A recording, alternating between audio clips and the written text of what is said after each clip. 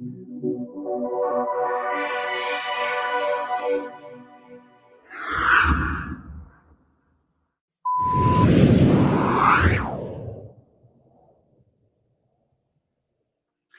I'm Nicole France, Vice President and Principal Analyst of Customer Experience as an enterprise-wide team sport here at Constellation Research. And I'm Doug Henshin, VP and Principal Analyst covering data to decisions. And we're your co-hosts for episode 9 of Constellation Research TV.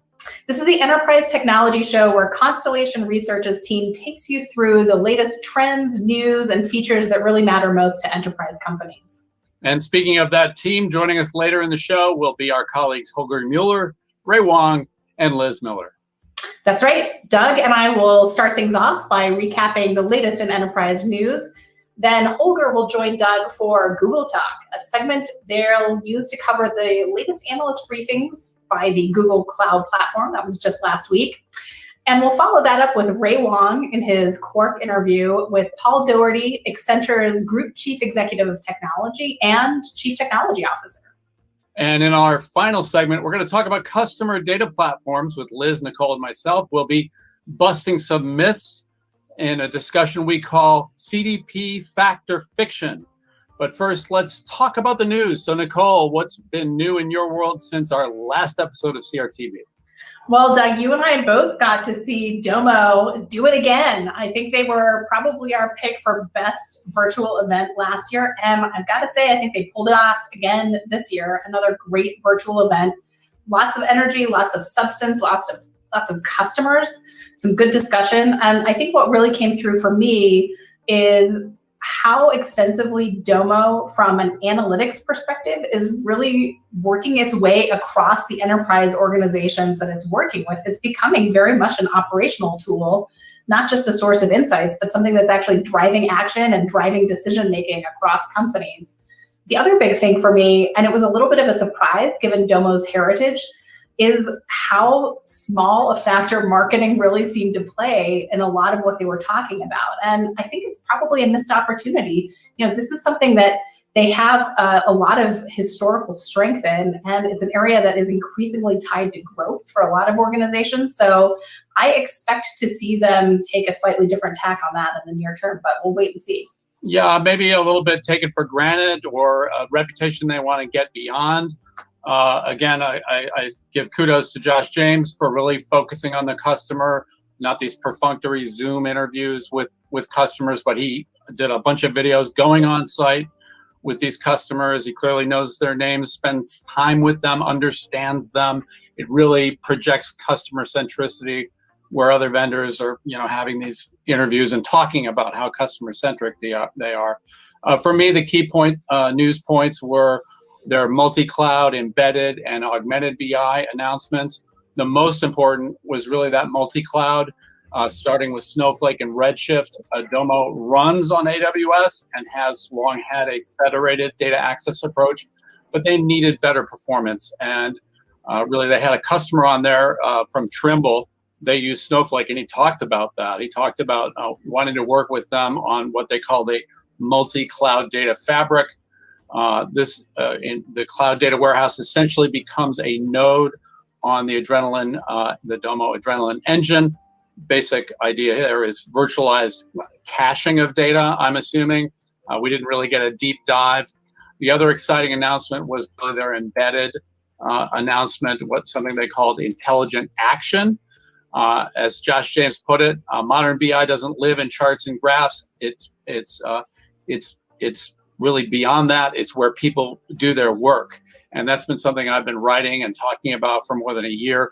Great to see another company really embracing it. The other company that has done so is Click, has an active intelligence, they call it, strategy.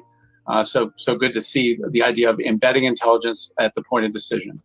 Yeah, I'm like you. The data fabric was particularly interesting. Very eager to hear more about that in depth. And the one other thing I'll add that is to your point about embedded analytics was the new feature they've introduced that allows the experts who are interpreting data and building graphs for other colleagues in the enterprise to put in explainers. Because for me, that's a really big deal. People don't naturally innately understand how to interpret data, even when there's a really straightforward graphic. So understanding what that means is absolutely critical to making sense of it and doing something. Yeah, that's one of the augmented capabilities, natural language generation. It's proved a lot more popular really than even natural language query because it just helps kind of give the words behind the picture. You always hear the picture is worth 1,000 words. Well, sometimes the picture isn't clear enough. So yeah. it's a good feature. Well, the other big one that we saw, and this is a little while ago, although we had a chance to get into more depth with Steve Miranda at Oracle, is some of their latest announcements. And I will say customer experience figures extremely prominently, both in the portfolio, but also, I've got to say, in really the direction that it seems like Oracle is taking. It's clear that Rob Tarkoff and his team have done really yeoman's work in pulling together a huge amount of investment in things like Redwood, the user interface and user experience design that touches from everything ranging the way that their presentation templates are designed all the way through to the actual experience of using these applications that have been upgraded recently and extended. It's a big, big deal. And it seems not only to create a real sense of cohesion across the portfolio that actually includes now advertising as well as marketing, sales, and service, but seems to be having a whole lot of influence across Oracle applications at this point. What was your take, Doug? Yeah, it really goes beyond CX. They also had updates on ERP and HCM. And the key theme I thought a little bit underplayed was the extent of embedded analytics and AI. I asked Steve Miranda about that. He's the EVP of applications there. And I asked him whether it's this increased customer demand and interest in this. He kind of demurred a bit and talked about augmented features like natural language query embedded in the app, but it's clear to me that they're stepping up on embedded analytics and AI. The question, and I think why he demurred a little bit, is will this diminish demand for more traditional Fusion ERP analytics, Fusion HCM analytics, these data warehouse, Oracle autonomous database-based cross-functional analytic opportunities? To my mind, offer both and let the customer decide. Great that they're giving the customer the choice. Well, we've got an interesting little segue here as well, because the other big news item of note is the recent Supreme Court decision in the case around copyright infringement between Oracle and Google. The winner here in the Supreme Court case, Google, the ruling that its use of APIs developed by Oracle is actually within fair use. So big question still. The Supreme Court chose only to rule very narrowly on the case presented to it rather than broadly on copyright within APIs. So big implications for all of the technology sector and not really as many answers as we might like. Yeah, and the quick, my quick take on it, as we shared earlier before the show, was, you know, their APIs are everywhere. So this is going to open up a Pandora's box of possible legal suits in the software industry. And speaking of Google, they had two updates last week with analysts, one on their vertical industry strategy with Thomas Kurian, and one on their data management and analytics updates with an old friend, Bruno Aziza. And my colleague and yours, Holger, was there on both calls with me. So I asked him to join me for a deeper dive in our next segment. Well, we'll bring out the pugil sticks and watch and see what happens. I'm looking forward to it. You've piqued my interest, Doug. So let's hear what you and Holger had to say on Google Talk.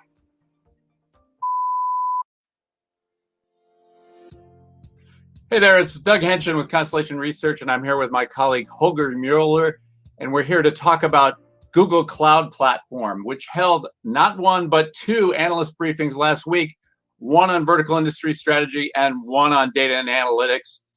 So let's start with verticals, Holger. GCP is digging in on 10 vertical industries, as you can see here on this slide.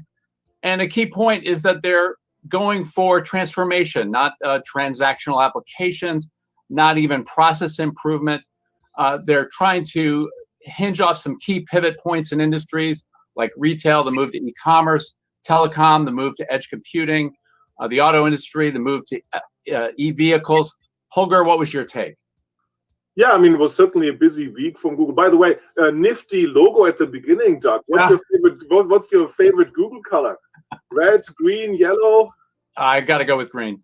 Green, yellow is my favorite color. I don't like green really, but I like the green parts. No, busy week for Google, and basically They have to continue what they started, right? In 2019, Thomas Kurian made a big statement on Google Next saying, vertical is the future of the cloud, and everybody else reacted to it, right? It's been vertical since then in every other major cloud vendor, and they have to continue on their leadership and digging it deep. They have the most industries right now, and they probably have the most tangible offering across these industries. Well, we saw a lot of, they've hired a lot of key people there, a lot of veterans from SAP and from system integration firms, very credible people with deep industry experience. They had great NASCAR slides with all the logos, you know, Ford, Lowe's, Albertsons, Carrefour, Unilever. But a key question, can they do verticals without SaaS applications, without industry applications? Their big point was, this is not about transactions, this is about transformation. My kind of question was, can it be repeatable? And as soon as they start making lots of repeatable solutions, to what degree do these companies feel like that they're getting something differentiated? Absolutely right. And I asked exactly that question at the launch to Thomas Kurian, knowing that he had a background to Oracle. He just changed there, and they did applications was a big thing to be done, apart from all the other stuff, of course.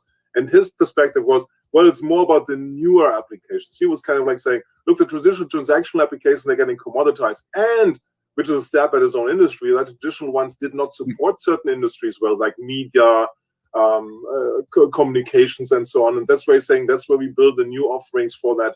You figure out which rights you have, which search you have. Data as a service was an example he threw out there. They haven't really built that yet, but I mean, there's certainly a point to that. But in my view, traditionally in the past, you must have the transactional things. They either have to build them, which I don't think they will do, or they have to acquire someone to provide that. Yeah, and they talked about their ecosystem, having lots of tech partners, lots of VAR partners, lots of SIs. That's a lot of moving parts. If these are big projects, I got to wonder how quickly they can do these things. Again, that balance of making things repeatable and quick to implement versus you know, companies feeling like they're getting something unique to their business. No, that's an absolutely great point, and it has to be differentiation. The good thing is right now it is software offerings. Some of the competitors, shall be mentioned here, run around with vertical clouds and only service offerings. Not that service offerings don't matter, but people expect software assets of that, which can be combined with services, right? So there has to be some functionality which helps me in that specific industry. And so often the software they focused on was big data analytics, which brings us to that next briefing they held last week on data management and analytics. It was led by our old friend Bruno Aziza, formerly of Microsoft and Oracle, and he really focused on how GCP's data management and analytics are differentiated. So a big focus on the intelligence, the AI capabilities, the openness, their work with third parties, their work with the multi-cloud approach they have with Anthos. Big emphasis on the flexibility of their subscription models and their deployment options. Holger, what was your take on this event? Yeah, I mean, it's always, you always have to pay attention at Google, probably most from all the cloud vendors on the data side, because they do this incredible things for their own application use cases. And they're very saying, look, we're doing it ourselves. We're bringing this extreme scale of understanding, scaling on the internet to that. And they're the #3 cloud provider, so they have to challenge the other guys on the data side, which they not only do with Anthos as a platform, but with BigQuery running, leaving data inside, right? We need to do a separate segment on the Ridges part, move the data in one lake or keep it federated access, right? They're enabling the federated access, basically running BigQuery everywhere, which is something the other guys still have to respond to. Yeah, so on that open and flexible point, Bruno talked about having a choice, lakes or warehouse, BigQuery, Dataproc, the new partnership with Databricks being a full partner on GCP. They sort of had a dig at Microsoft on, we give you this choice. They didn't cite them by name, but it was clearly a reference to Synapse. And yet they focused on Data Hub, Dataproc Hub, which is kind of Synapse-like in providing unified access to data in a notebook environment. They also talked about openness and flexibility in the choice of databases. Cloud SQL is their RDS-like collection of databases. It's growing. They're emphasized upgrades on SQL Server as a service. A lot of talk about moves from Oracle to Postgres, and they're promising an automated migration option there. And a reference to their third-party partnerships with MongoDB, Neo4j. These third-party vendors cloud services there on GCP. It's not like the AWS scenario where they have a knockoff Document DB, a knockoff Neptune DB that have compatibility, but it's not the actual third-party service. So that's a focus there. And with intelligence, lots of mentions of BigQuery ML. Any further takes on the data front here, Holger? Yeah, it's always interesting because being the third vendor who's trying to grow, they always have to do things differently, very same. And wait a minute, it's not the same like AWS and Azure, right? And the relationship with MongoDB and Neo4j is like very, very different. Also helping the ISVs to maybe trying to make them become the most preferred cloud platform for them, right? So that's the interesting aspect for that. I'm really curious if the migration offers will ever work. I mean, Oracle migration offerings have been there since forever. The problem is when you move one Oracle system, because they're so well established, right? You have to move a ton of other stuff. It's like pulling out one spaghetti and you get the whole spaghetti dish on their part. So nobody has really succeeded to it. I'm not sure if people will now succeed with Oracle having a very good offering of Exadata and so on. So I think that window's closing, but hey, never say never, and it's good for them to try. Yeah, it will also be interesting to see with Anthos, with BigQuery Omni, how popular it is for companies to bring Google data management capabilities over to another cloud. Yeah. And speaking of which, Holger, you had some perspectives on what Google's cloud initiatives and your own cloud perspective here. Yeah, a little bit back to the cloud things and cloud announcements around the vertical things. The interesting thing is like vertical remains the key message, right? The question is always like, does something get announced and it's just a fat message and next year you'll have something new? Vertical was started as a war, if you want, of functionality capabilities by Google. Now they have to stay ahead. Everybody reacted to 2020. Google has the most clouds available from a vertical perspective, available for vertical support, so that's a good job. And they did the massive hiring, as you mentioned that before. Also practitioners, which I think is interesting, right? People who work in the industries, like Juan Fantino, the lady who worked in CPG before, runs CPG. And the Anthos value proposition needs to increase, right? It's great to have Anthos, but the other guys are catching up, and you have to do more than BigQuery. It's a great start, but what else will run there? Probably, I guess, is something in the AI area, but there have to be more and other assets there.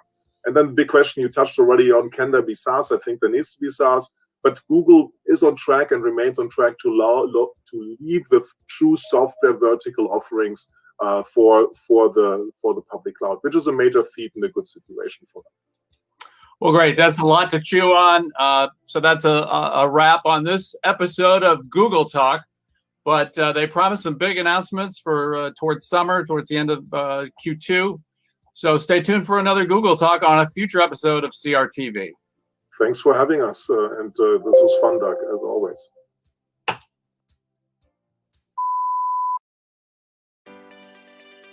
Hi, everybody. I'm here with Paul Doherty. He's the Group Chief Executive Officer for Accenture Technology. And we're going to talk about some of the next generation, next enterprise disruptions. Paul, welcome. Thanks for being here. Yeah, it's great to be here, Ray. So let's talk about this. You guys made this big announcement on cloud first, and I also want to talk about the next enterprise disruption. What is this all about? Yeah, cloud first is, cloud's been around for a long time. I've been doing work in the cloud for 15 plus years. What we're saying with cloud first, which is an announcement we made 2 weeks ago, is that we're at an inflection point where we're shifting from cloud being a part of what enterprises do to the core of what enterprises do. It's the shift from 20% of workloads in the cloud to 80% plus workloads in the cloud for most enterprises. And because of COVID and other factors, that's compressing from maybe a decade's worth of work to happen in the next few years.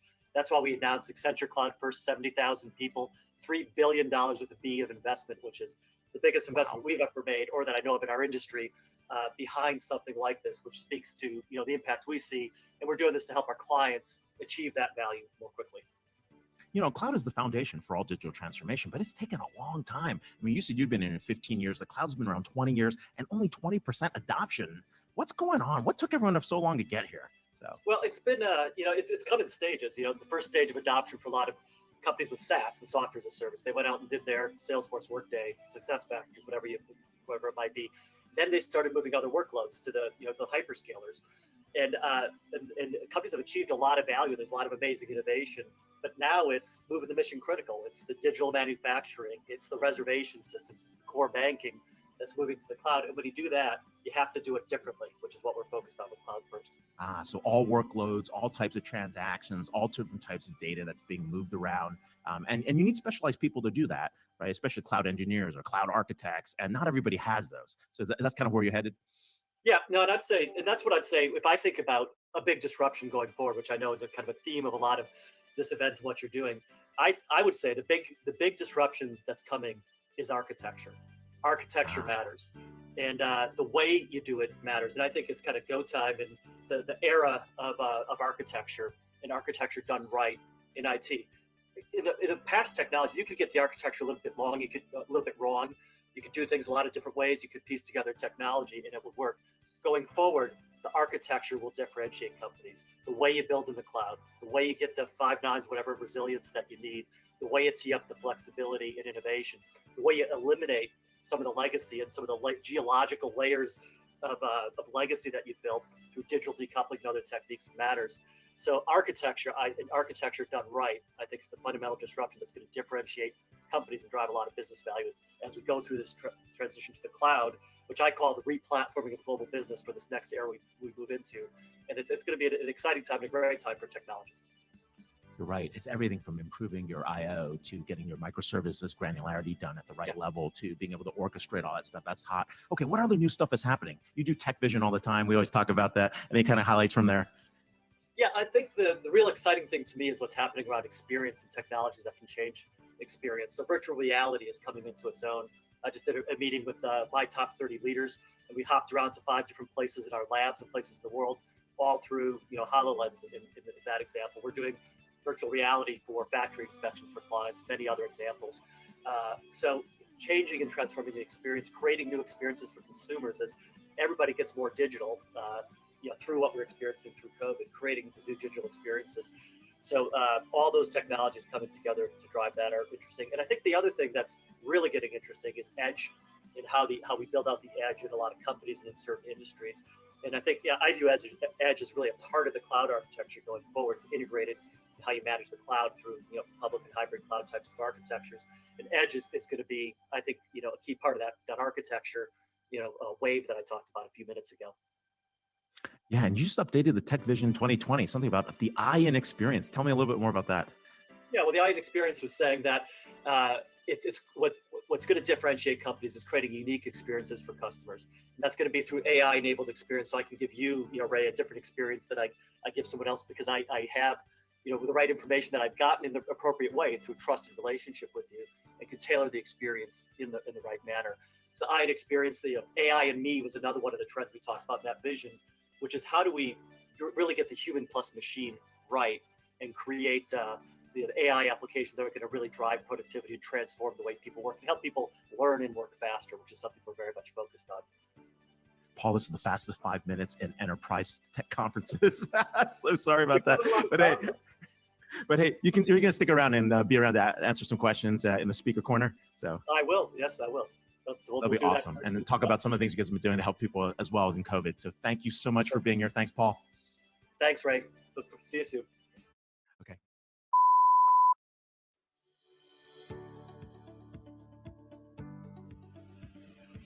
Welcome to CDP Fact or Fiction. As many of you know, customer data platforms are the shiny new thing in data management. Some say it's another example of redundant CMO spend. Others insist it's the indispensable single source of truth for all things related to customers. Here to break it down are Constellation's resident experts on marketing and customer experience, Liz Miller and Nicole France. Liz, let's start with you and the basics. Why do marketers need their own data sandbox? Oh gosh, I should probably say they probably don't need their own data sandbox, but where did this all start is probably the right place to go, which is a CDP really grew out of a need that marketers realized that we just couldn't get everything that we could collect into one spot where it then became usable and a unified, persistent record of our customer. We were having all these different streams come in, and really, unless it was based either in the same system or on an already known record, we weren't able to stitch this picture together. So the CDP really started as, think of it as like the place above the lake, right? It became that little layer that that above where all of like the really good stuff was down in the data lake or the data warehouse. And then we could also kind of bring in all of this unstructured stuff, whether it was social, whether there was all the things coming in from our ad tech. We needed a place to turn all of this world of not only what the enterprise saw as data, but then also what we as marketers considered data into one location and make it actually usable. Theoretically in the purpose of the customer. Yeah, are you sure they weren't saying, as I've heard many CDP vendors saying, that thing over there, that's not a lake, that's a swamp. You want something that's much more. Yeah, exactly. Like the CDP is the new spa, so you don't have to clean your pool. You can just come sit in the data jacuzzi. No. It's still a body of water that gets really ugly if you don't tend to it. It's a mud always treatment. Gonna be the same. Mud treatment, Liz. Well, speaking of which, marketers aren't the only ones that need customer relevant data. Nicole, what's the right scope for a CDP?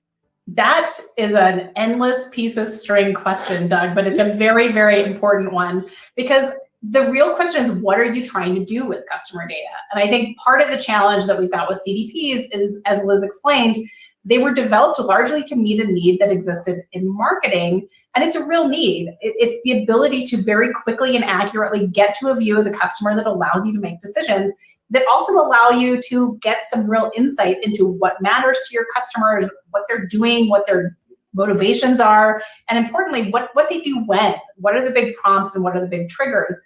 And those issues are the same outside of marketing.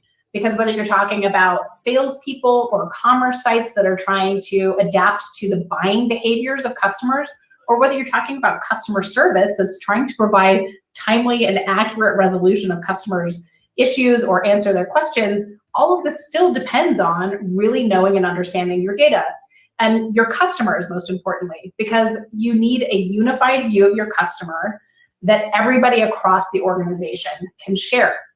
And that really becomes a multiple question, multiple context kind of situation. So the answer is really that there's not just one set of needs and there's not just one scope. And to some degree, it's really going to depend on the particular priorities of a given organization. Well, that keys into, my perspective is really, and you brought it up with across the organization, which is, of course, a very relevant thing that many organizations have been investing very deeply in for a long time. And in my view, too many CDP vendors are selling against data warehouse, against incumbent data management investments. And there's a super opportunity here for a complementary play. If marketing and customer experience types want to take better care of customer data, why not? But it should be integrated, not separated from the data warehouse. I've looked around at a lot of the CDP players and what they're saying to would-be customers. And I got to give kudos to one CDP vendor, mParticle, which is promoting integration and talking about the importance of integrating that data with the data warehouse and also bringing data back, getting analytics out of the typical data warehouse analytics chain and bringing that back for deeper analysis, for segmentation, for filtering of campaigns and the like. Doug, I think in fairness, a lot of these, I think a lot of the vendors out there, the conversation is definitely shifting more and more towards integration.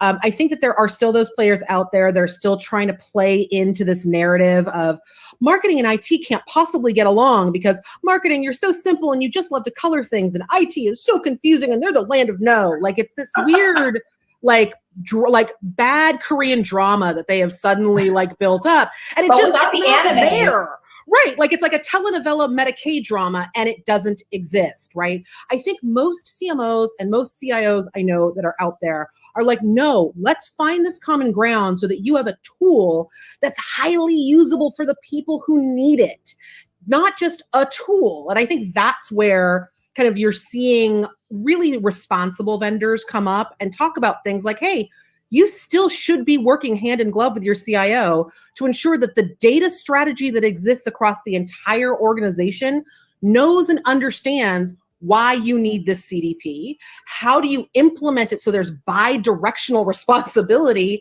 But the intelligence that we're crafting in a CDP is highly relevant to someone like a CIO, right? Yeah. These are the things that everyone needs to know. It's not even just a CX tool anymore. I think we're starting to realize that CIOs can draft off this goodness about what is happening behaviorally on websites and on digital properties and bring that into their strategies as well. It really is about an enterprise data strategy for customer data. And I think that's where most enlightened organizations are really getting to. Getting to that realization, though, still doesn't make it an easy thing to accomplish because, as you mentioned, Doug, it's all about those feedback loops. It's about what you extract, but also what you feed back in. And that has huge implications for analytics, for operational systems, or activation, as we tend to talk about it in marketing terms.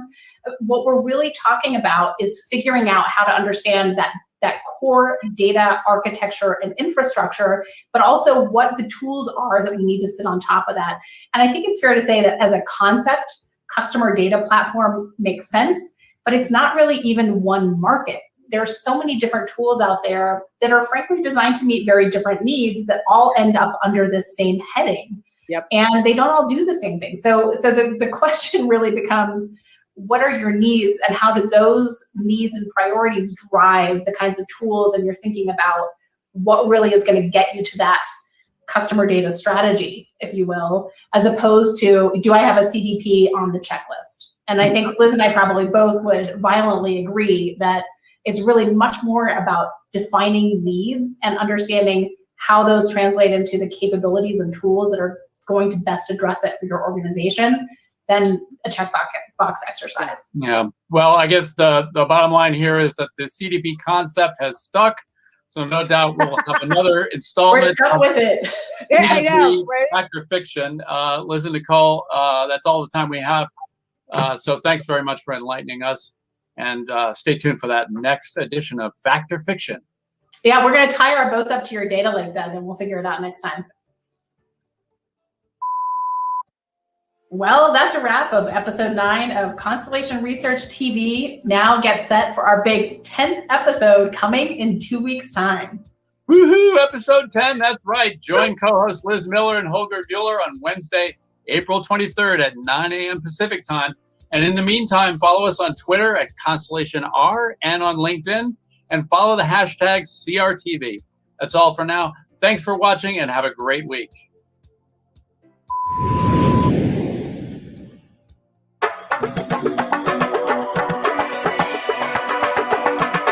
Yeah. Cool. All right, get out of here. Let's go. All right, get out of here. I'll give you guys a countdown on the side. The most important enterprise news. Then, Ray? Shall I start that again? Let's take it from the top. All right, sounds good. All right, get out of here. Oh, okay. Is Ray having another conversation right now? Oh, he's on mute. He thinks he's talking to us, but he's on mute. Maybe he's singing. All right, get out of here. Yeah, I butchered Holger's name on the we didn't do it twice. No, Mueller. But we didn't re-record it. Holger never likes to re-record. Yeah. Okay. All right. Well, so much for our one-take wonder. We were hijacked. Anyway. All right. Yeah. Do you remember American Gladiator? They had the big sort of like padded tip things. You know? I didn't get Pugil that. sticks. What are they called? They were called Pugil sticks. Okay. How about giant Q-tip? Yeah, he's on. He's There on. needs to be like a hand gesture to mute and unmute, you know? Yeah, he's on a. He's got two. Oh, he's got his iPad with a or laptop with a cellular connection. It's a good thing that the CHP is not aware of what's happening right now. All right, get out of here. Hey. So as usual, more questions than answers. Right. Yeah. Awesome. That was great. Thank you, Liz. Yeah. All right, get out of here. Awesome. Thank you guys. That was really good. All righty. Getting to be old hat. Yeah. Smoother every time. Just You like that, Ray? We can't hear you. All right, get out of here.